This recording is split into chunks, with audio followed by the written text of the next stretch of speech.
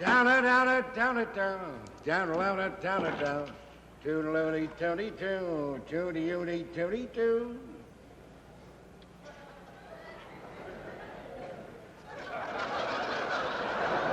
See if you don't put your finger in it, Donahue, it goes all over the... Huh? Nothing. Just sitting here reading the American Scene magazine. Hey, get a load of this. It says, Dear Miss Fairfax, my son has been pledged to a fraternity in Miami Beach, but part of his invitation says that he has to steal a Miami Beach traffic light. Couldn't this lead to serious trouble if he's caught? Signed, Worried Mother. And she answers, Dear Worried, let him go ahead and steal it. Nobody watches traffic lights in Miami Beach anyway.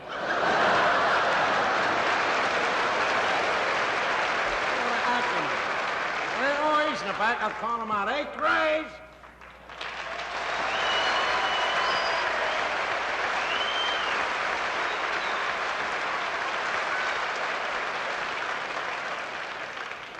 Hiya, Joe. Hello, Mr. Johnny. Hey, Joe, guess who went to the movies with me the other night? Charlie Wolf, Harry Marshall, Bucky Lombardo, and Lucy Dooley.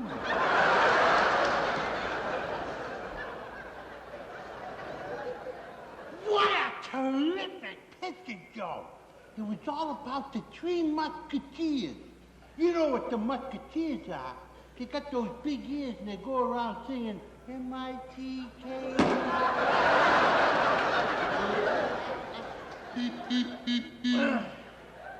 What funny names the musketeers had, Joe. They was Ace Rose, Porthos, Aramis, Shadrach, Meshach, and Abednego. One afternoon, the three musketeers were guarding King Louis XIII in Paris, France. All of a sudden, a stranger rides into town on a horse. They didn't have automobiles in those days, Joe. His name was D'Artagnan. And he walks up to the three musketeers and he says, Tres beans, monsieurs.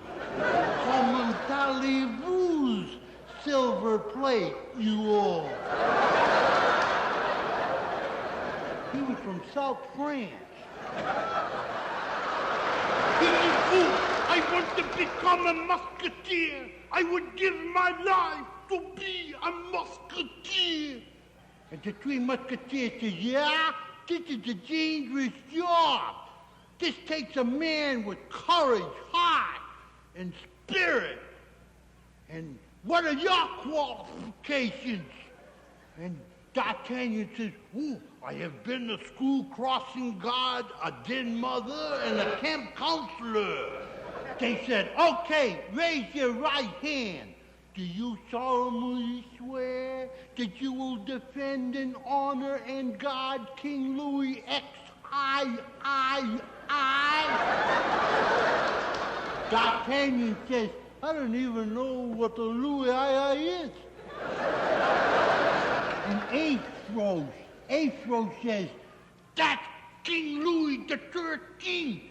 He's up there on the throne. And D'Artagnan looks up at the king with the feathered hat on and the long curly wig and the white lace collar and the Lord Fauntleroy pants, and he says, you mean this has happened 12 times before?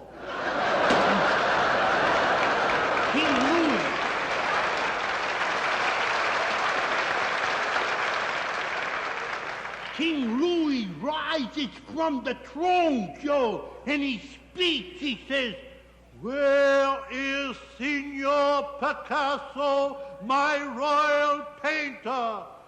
I have a bad cold and I want him to paint my throat.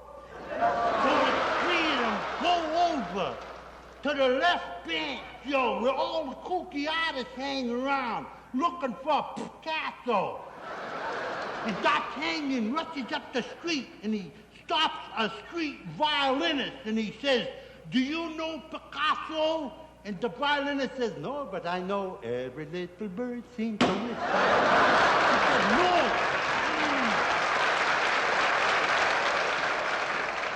I mean the painter. We've got to find the painter for the king. And the violinist says, "I didn't see him, but I just saw Salvador Dali."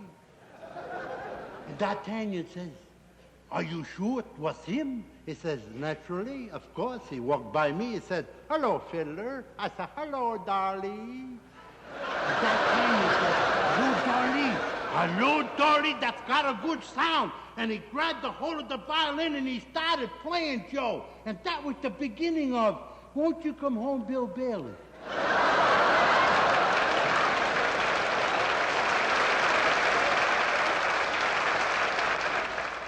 In the next scene, Joe, in the next scene, they see this gorgeous girl. She had a trench coat on, and her name was Fifi Yvonne Antoinette McGillicuddy. She was a Japanese spy.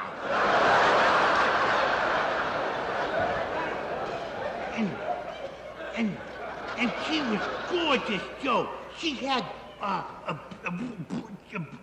beautiful blue eyes and flaming red hair and gorgeous red lips and a beautiful figure. And to top it off, she was knock-kneed. And she was standing there. And the three musketeers, Joe, every time they saw a girl, they had an irresistible desire to kiss her. It was awful. And all of Paris knew about these guys. They knew what lovers they were. And the three musketeers would walk down the street. People would point to them and say, "Get a load of those kisses." D'Artagnan grabbed a hold of this girl, Joe. I saw this. Grabbed a hold of me, says, "Oh, kiss me. Kiss me. I love you. I am now a musketeer. You have to kiss me." And she said, "Oh, no, I am not in the right frame of mind." He says, "I don't care about your mind. You're in the right frame." And he goes.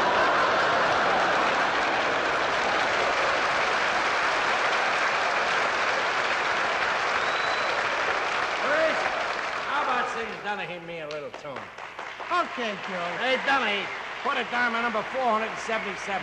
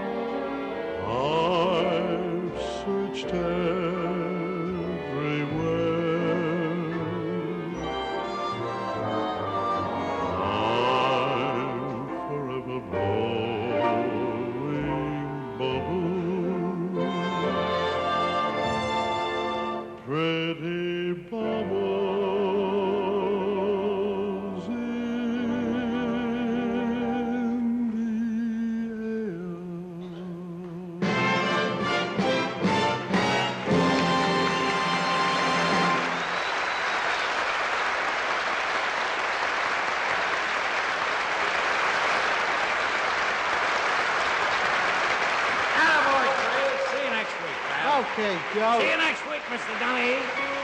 Oh, I'm sorry.